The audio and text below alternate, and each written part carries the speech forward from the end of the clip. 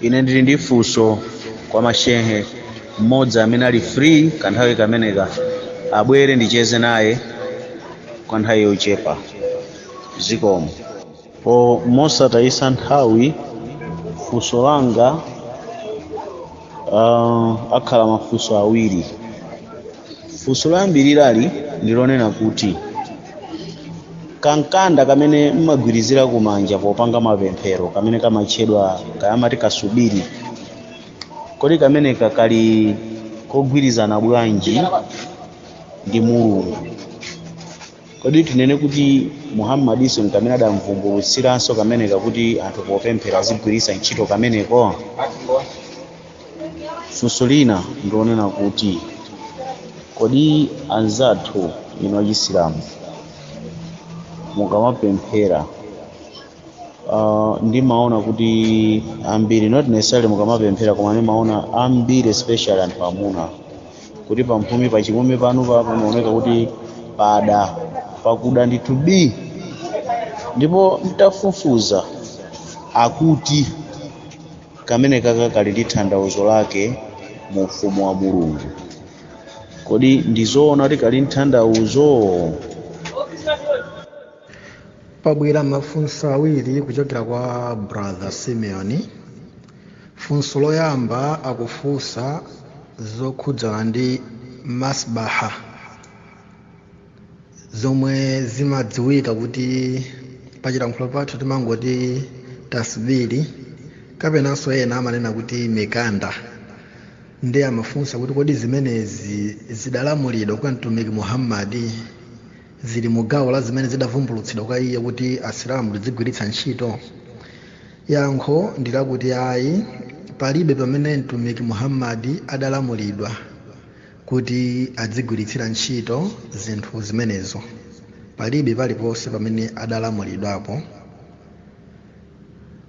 koma kuti chomwe tidaphunzitsidwa ndi kupanga maadhkaru kapena kuti madhikiri komwe kuli kumutchula Mulungu. Nde pali zimene timatchula ngati kulankhula kuti Allahu Akbar, mawu amene kuabwereza pa specific number ina yake. Subhanallah, wayeretsedwa Mulungu, mawu amene osakuatchula pa nambala ina yake. Ndipo popeza kuti mawedzi amenewa amabwerezedwa pa manambala ina yake, kwa ena sakwanitsa kungogwiritsa ntchito zala, koma mtumiki Muhammadi amagwiritsa ntchito zalazi, amapanga amawerengetsera muti maoganzo imene timakhala kudzalako amapanga zimenezo. Koma kuti kuli ena amene amatha kubombonezeka, for example kuti mwina anene Allahu Akbar ka 33 sangatha kukumbukira kuti kodi ndili pa namba chani. Kwa anthu amenewo ndi ameneno amasankha kuti mwina ayuze tima device tina take totha kukwanitsa kuti awerengetsere bwinobwino ngati amene timayuzira calculator. Nde ena mwa iwo amayuza zimene mudaonazo zomwe mukuti mikandazo.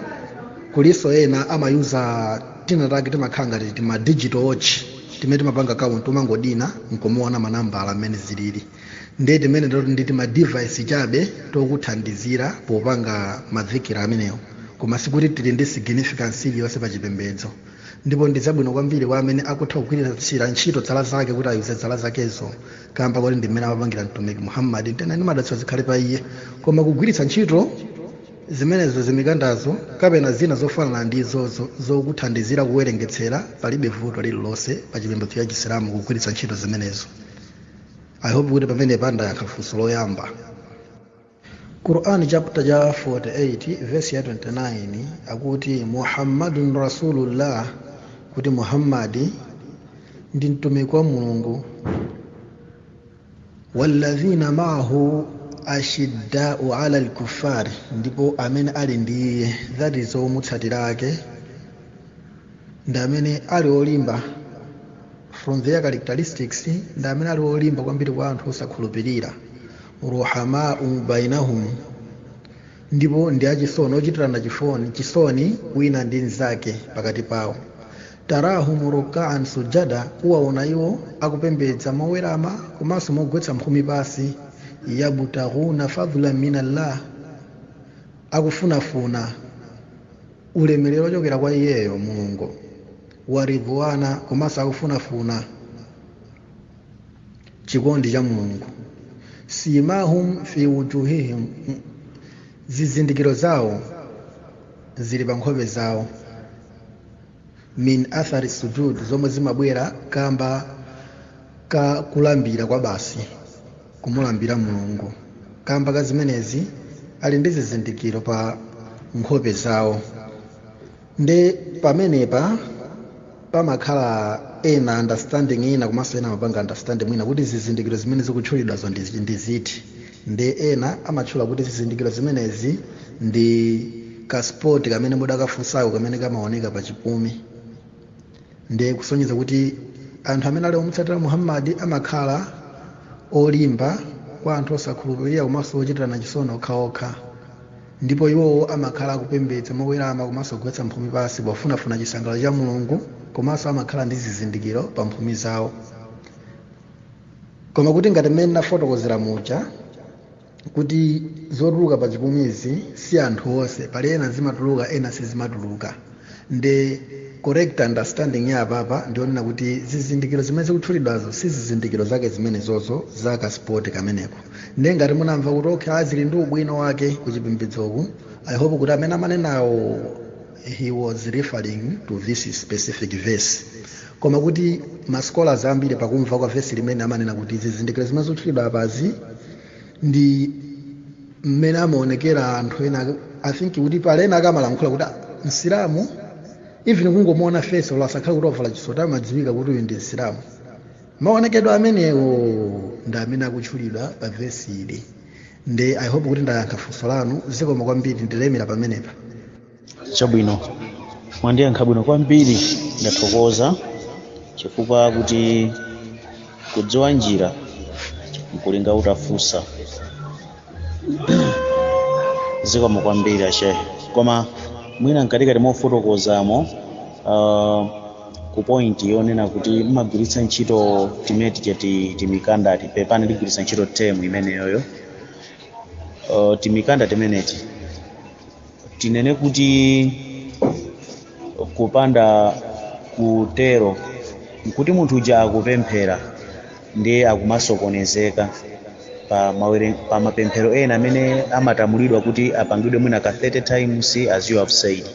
Tinene kuti munthu chitakhala kuti akupanga sakukwanisa, njira yabwino inangopangidwa suggest kuti tingokonza timikanda ititi kuti anthu azigwiritsa timene titi ngati mawerengero, ngati calculator amene mwafotokozera. Ndiye munthu atakhala kuti mwina akutero koma nkumasokonezekabe, tinene kuti munthu uyu zopembedzera zakezo ndiye kuti zikumveka kwa Mulungu kapena ayi. Pafunso lina lachiwiri lija lonena kuti pachipumi panu ambiri Asilamu pamaoneka pakuda.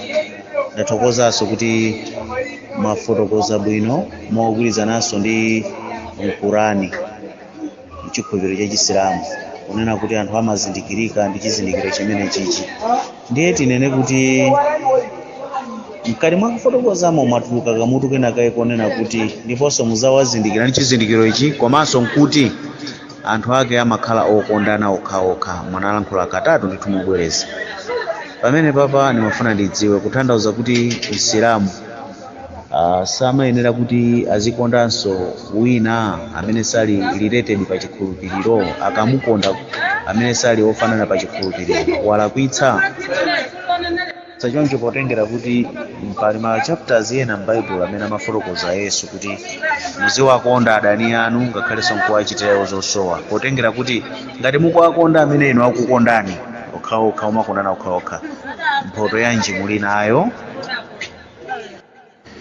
Pa Quran 2 verse 286 akuti la yukallifu llaha nafsan illa usaha, kuti Mulungu sama nkakamiza munthu kapena sama ukakamiza mzimu wa munthu kupatula zokhazo zomwe ungakwanitse, naturally zimene ungakwanitse malinga ndi mmene ulili. Ndeka yakuti ukuyiwala bwino bwino sukukwanitsa, you are trying your best koma zikuvuta, Mulungu sama ukakamiza kuti basi upangebe. Ndipo taphunzitsidwa divine prayer momwe mukuti anthu okhulupirira kuyenda kumpempha Mulungu kuti rabbana la tuakhidhna in nasina, kuti ambuye Mulungu, mbuye wathu musati, do not hold us accountable, musatilange ifeyo pamene tayiwala. Ngati achita chinthu china chake moyiwala, mbuye mulungu musatilange kamba kakutero, kamba kuti munthu natural amayiwala. Au akhtana, kapena talakwitsa. Ngati talakwitsa, we did not intend that thing to do, mutapeza kuti tachipanga, ambuye mulungu chimenecho musatilange nacho. Nde imene ndi pemphero limenenso mulungu atiphunzitsa kuti tidzipanga ife asilamu ndipo timapanga. Nde pa chisilamu ngati chinthu wachita by mistake, chimenecho mulungu samakupanga hold responsible, kamba kuti ndi natural limene anakupangira mulungu kuti umayiwala munthu. Komanso chimene wachita by mistake, amati to error is human, kulakwitsa ndi umunthuwo umenewo. Nde ngati chinthu walakwitsa osatama kufuna kwako kumano zangochitika, kapenanso wayiwala, zimenezozo mulungu samakupanga hold responsible. Nde mukanena kuti munthu akuyesetsa koma zikupezeka kuti akukanikabe sakukwanitsa, zikhala bwanji zili bwinobwino palibe vuto. I hope pati imene ndayankha, ndipite ku funso lanu lachiwiri. Okay, chabwino. Funso limeneli I hope kuti nde lili kunja tsopano kwa zomwe timakambira nazo.